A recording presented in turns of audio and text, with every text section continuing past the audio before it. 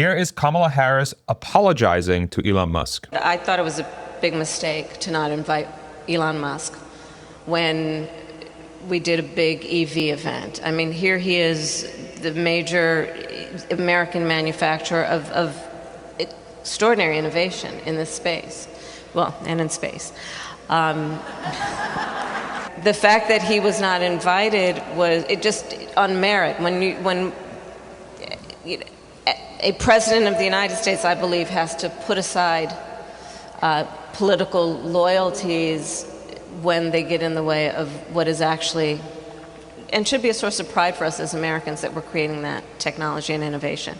So I thought that was a mistake, and I don't know Elon Musk, but I have to assume that that was something that hit him hard and had an impact on his perspective. Now, if you're not familiar with the story arc back in the EV Summit in like 2020, 2021, there's this infamous clip of Biden snubbing Tesla and Elon Musk. Here's that clip. Change the whole story, Mary, wherever you are. There you are. You did, Mary. You electrified the entire automobile industry. I'm serious. You led, and it matters. And of course, ever since that clip surfaced, we saw a gigantic transition of Elon going from, let's say, moderate left to left, supporting traditionally Democrat candidates, to one of the most insane political story arc where the richest person in the world, who owns one of the largest social media platforms in the world, went from traditionally supporting Democrats to going all out support for the Republicans and President Trump. What's very interesting about this clip is that it sets the stage for a very interesting next 10 to 20 years for Musk industry. And it essentially de-risks a lot of the potential hurdles or challenges that Elon's companies could have faced if a certain political party was in office. And now we're entering an age where both political parties are positioning themselves to court the one individual who happens to be the richest man on the planet, who is building some of the most game-changing technology, not just in the United States, but in the world. And I'll give you a few examples of what I mean by this. So if you look at what Tesla has been working on, for the last 7-8 years, they've been building electric cars, or that's at least what people thought they've been doing, building electric cars, right? What they've really been doing is they've been trying to ramp up a manufacturing flywheel, manufacturing capacity to populate the planet with very cheap to build self-driving cars that can perform anywhere on the planet. And this is starting to become really obvious for people that are paying close attention to the story with the latest release of their FSD, full self-driving software, version 14. We're getting so many different clips, especially with the latest updates of that branch, FSD 14.1.2, where the initial versions of this was able to navigate through a drive-thru, like a fast food drive-thru, and it would know when to stop, how long to stop. It would observe the interactions between the person at the window and the person in the car. It knows how to navigate around emergency vehicles extremely well. It knows how to go from parking lot to parking lot by just the press of a button. It knows how to navigate through all of these different super difficult situations. It can navigate very complex and difficult and unique traffic situations. It knows how to stop at a booth for a parking garage so the person can take the ticket. And essentially they do this by using an AI brain. It's kind of like ChatGPT in the real world, where they fed this AI brain freaking millions of hours of driving data of how driving works and how driving looks like by collecting driving information from current Tesla owners and past Tesla owners just navigating around the world. And they've tossed that data into the AI brain, and the AI brain has just figured out how to drive in all these insane scenarios, in addition to obviously just driving on the road normally. Tesla has called this the March of 9. The idea here is to get the car to be reliable 99.99999% of the time. It's so reliable that it's going to be vastly safer than a human. That's the idea. And this is the approach that Tesla has taken. It has taken them a long time to get here, but now that they've arrived to this place, where it looks like they're right about ready to start removing the requirement of a human to pay attention to the system, this software suite is going to be uploaded to a manufacturing capacity where they're pumping 2 million cars per year, where Tesla's going to be able to sell cars at 35, 40,000 and building them for like 30,000, maybe even less potentially, that will be able to drive themselves basically everywhere. This is going to require a massive rethinking of regulations. Right now, the United States has a cap to how many cars can be fully self-driving, meaning no steering wheel or pedal. Now with both parties essentially handing an olive branch, right? We already know that Elon Musk is friendly with the Trump administration. We're now seeing signs of the Democrats being like, hey, our bad, would you like to come back? You know, this gives a pathway for Tesla to be able to get its technology approved, at the very least fairly, and potentially with expedition, faster than it would have in the past, because there's just so much support for the technology.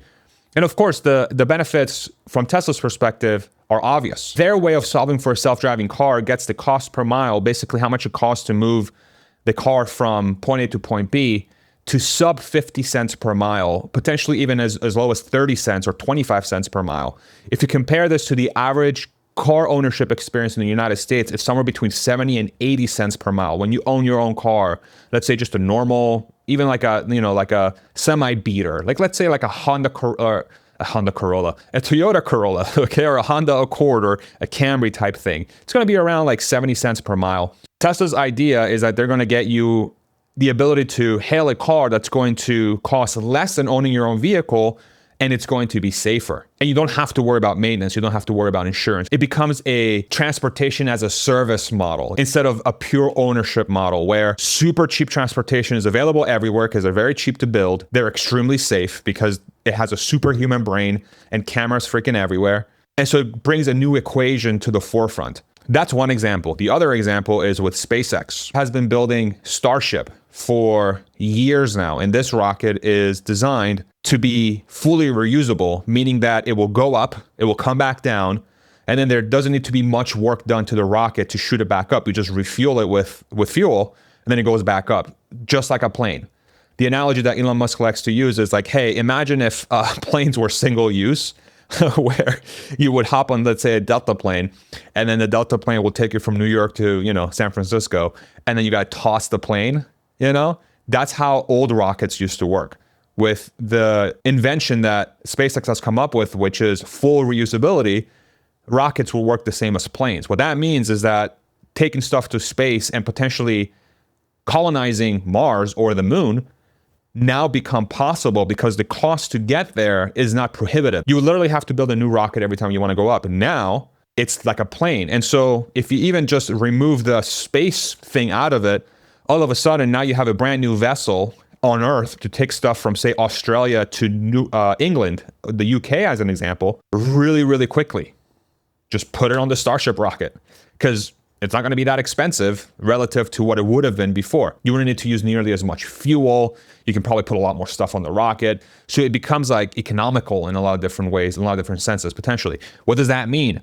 Potentially thousands of rocket launches per day in the coming 5 to 10 years, potentially. That's going to require a lot of regulatory changes, a completely different regulatory framework. Humanoid robots is another gigantic one that Tesla's working on. That's going to essentially bring the cost of physical labor down to about $3 per hour. That's going to be massively disruptive to the labor force, the physical labor force, on top of driving. Driving is going to be another huge impact to the labor force, obviously. Driving is one of the biggest jobs in the United States and globally. Physical labor is like 10 times bigger. That's going to massively reduce the prices of those services and goods, but it's also going to displace a lot of workers. And you got Boring Company, and you got Neuralink. You got all these other variables that are coming to fruition because of this stuff, because of what Elon Musk is working on. I've actually launched a brand new website, Farzad.fm, that's going to track all of these things closely. It's going to have exclusive content. I'll be doing a weekly Q&A just for my members. We have a private Discord, newsletters, digests, a lot of really cool exclusive stuff on the website. If you're interested, go check it out, Farzad.fm. But this is starting to really paint a positive picture if you're somebody who follows Musk industry for that story.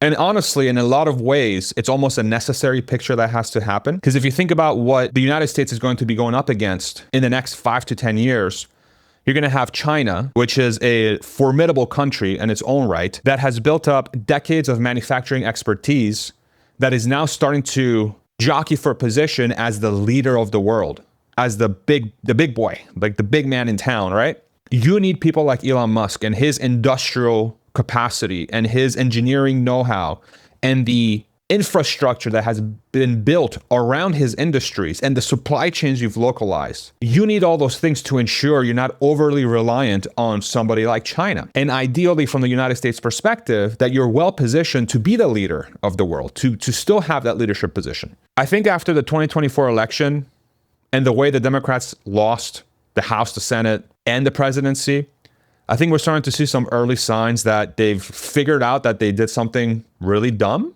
in the way that they ran their campaign, unfortunately. But I think this is a really big deal, not just for the embracing of game-changing individuals in the United States, but for Musk industry as well. If you're really interested in tracking this closely, feel free to subscribe to this channel. Feel free to go to farzad.fm, like this video, all that good stuff. But it is without doubt that we are entering a very wild 10 to 20 years here that is going to dramatically change what our economy and what our world looks like. And there's going to be a lot of positive that comes from it.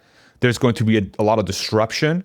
There's going to be negatives that come from it. But what's for certain is that in the next 10 to 20 years, we're going to look back to 2025, when we're in 2035 or 2045, and it's going to be very similar to us looking back to the year 2000 from now and being like, how'd you guys get by without internet everywhere? How'd you guys get by without freaking iPhones and these like insane laptops and big screen TVs, and self-driving cars and, Tesla owners with FSD and stuff, right? It's going to be wild. It's going to be wild. So I'm very excited to cover that for the next 5, 10 years, 20 years, however long, hopefully we're around for a lot longer than that. I hope you enjoyed this video. Thank you so much for watching. We'll see you in the next one. Take it easy, everybody. Bye-bye.